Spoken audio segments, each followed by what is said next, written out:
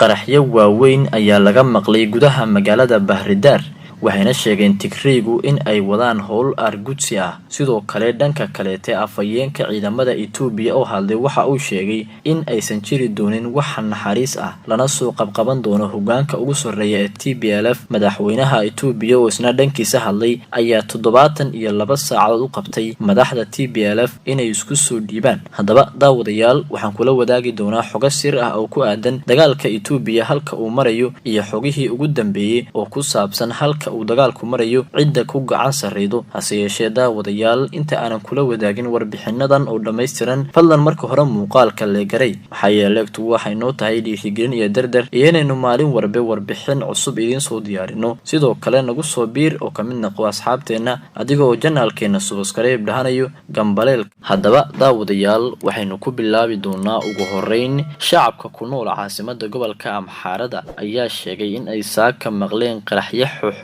kuwaas oo ka dhacay magaalada Bahridaar waxaana looga shakisan yahay in gantaale ay ciidamada TPLF mar kale ku garaaceen gobolka Amxaarada dhawaan ayaa ahayd markii ay gantaale lagu garaacay caasimadda gobolka Amxaarada ee Bahridaar xilli uu dagaal ka socdo gobolka Tigreeya hadaba Tigreeya ayaa waxa ay bilowday dagaal rogaal celis ah kaas oo ay ku qaadeen ciidamada Itoobiya waxayna xogihii ugu dambeeyay ee la soo aruuriyay sheegayaan in ciidamada Tigreeda looga adkaaday gobollo fara badan iyadoona iminka lagu xiriirsan yahay magaalada Makalla oo caasimada u ah gobolka Tigreeya hadaba daawadayaal sidoo kale waxaan kula wadaagi doonaa madaxweynaha Itoobiya oo hadlay kaas oo digniin culus u diray madaxda Tigreeya Abiy Ahmed ayaana 72 saacadood waxa uu qabtay inay isku soo dhiibaan saraakiisha iyo sidoo kale madaxda sarsare ee Tigreeya Abiy waxa hogaanka Tigreega u sheegay in la marayo meel aan laga noqon karin xogaga jabhadda xureynta shacabka Tigreeda ee TPLF oo gacan ku haya dhul buuraleyda ayaa iyana wacad ku maray inay dagaalka sii wadayaan oo aysan isdhiibin dagaalka oo dhowr toddobaad dhex maraya ciidamada dawladda dhexe ee Itoobiya iyo kuwa daacadda u ah Tigreeda waxa la rumaysan yahay inay boqolaal qof ku dhinteen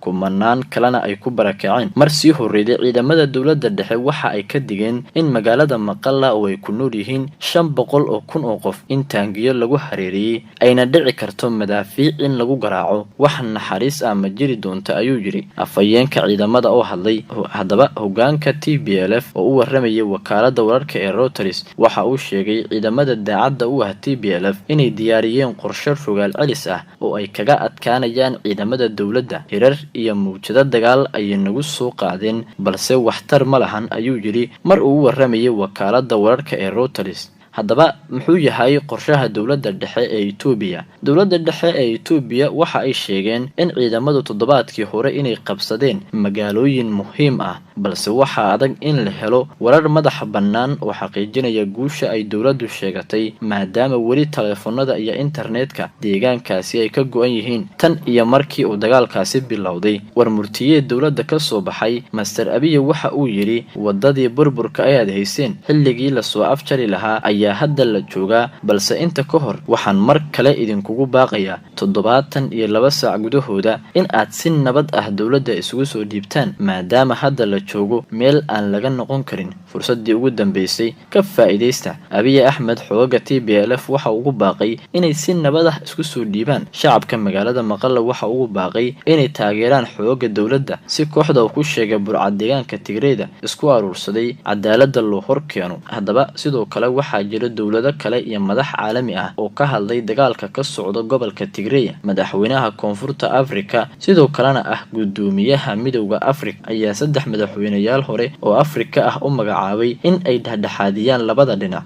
balse dawladda federaalka ee Addis Ababa ayaa waxa ay marar badan diiday baaqyada loo jeedinayo in wada hadallo la sameeyo waxaana la sheegay in ergadaasi oo ahaa 3 madaxweyne oo hore oo Afrikaan ah ay la kulmi doonaan oo kaliya ra'iisul wasaare Abiy Master Mama Mehretio oo ah la taliyaha sare ee ra'iisul wasaaraha dalka Itoobiya Abiy Ahmed ayaa waxa uu sheegay in wada hadallada ay ku habboon yihiin kadib marka ay ka adkaadaan ciidamada maamulka TPLF tan iyo markii uu qarxay dagaalka u dhaxeeya dowladda Itoobiya iyo xoogga TPLF ee deegaanka Tigrayda waxaa gabi ahaanba meesha ka baxay isgaarsiinta iyo gaadiidka deegaankaasi ka jiray. Haddaba daawadayaal waxaan rabaa ugu dambeyn in aan barnaamijkeena ku soo gabagabayno dagaalkan iyo waxa uu salka ku hayo. dagaalkani waxa uu ka dhashay khilaaf xoogan oo muddo u dhaxeeyay xisbiga TPLF oo kamid ah xisbiyada siyaasadeed ugu awoodda badan Itoobiya iyo dowladda dhexe uu hogaamiyo Dr. Abiy Ahmed,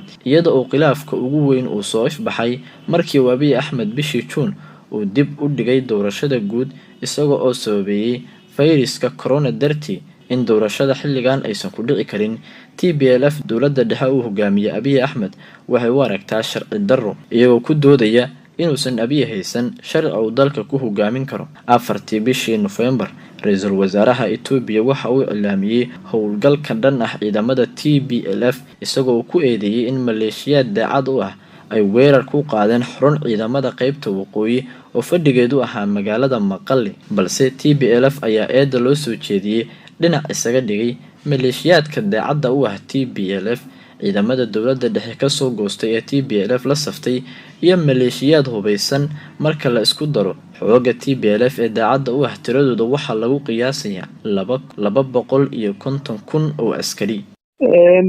runtii waxaan u malaynayaa in uu hadda deegaano badan oo Maqale ku dhow iyo wadooyin gelaya ay qabsadeen marka uu isbidahayo in ay nimankii suuqnu jabeen marka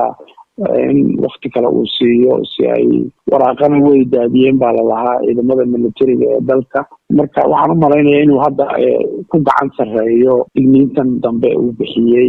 markaad xagga dagaalka. Abiy waa markii labaad ee uu digniin noocan oo kale soo saaro. hore waxaa jirtay maruu isla waqti inta leeg oo 3 maalmood in isku soo dhiibaan uu qabtay hadiiba ay dhici weydo maxaa kale u banaan baad isleedahay? kulley dagaalku dagaal fudud ma aha. niman 20 sano dalkan ka talinayay casriga haysta ciidan trained ah ama saraakiil sarsarana haysta weeye. marka inuu dagaalku daba dheeraadana waa la arkaa, inuu hore usoo afjarmana waa la arkaa. marka wayna adag tahay in warar dhexdhexaada laga helo deegaankaas maadaama uu qadkii isgaarsiinta uu ka go-an yahay gebi ahaanba. marka source of information kan helayna waxa weeye waa laba dhinac dowladda federaalka iyo dhinaca dowladda deegaanka Tigrayga hormood ka yihiin TPLF. marka warar xooggaala oo dhab ah oo dhexdhexaada maadaama aynay jirin ognahay waxa weeye hadda ay sheeganayaan dowladdu waa ku dhow yihiin caasimada deegaanka Tigrayga ee Maqale. Abiy wuxuu ku celcelinayaa in la gaadhay meel aan ka soo noqosho lahayn.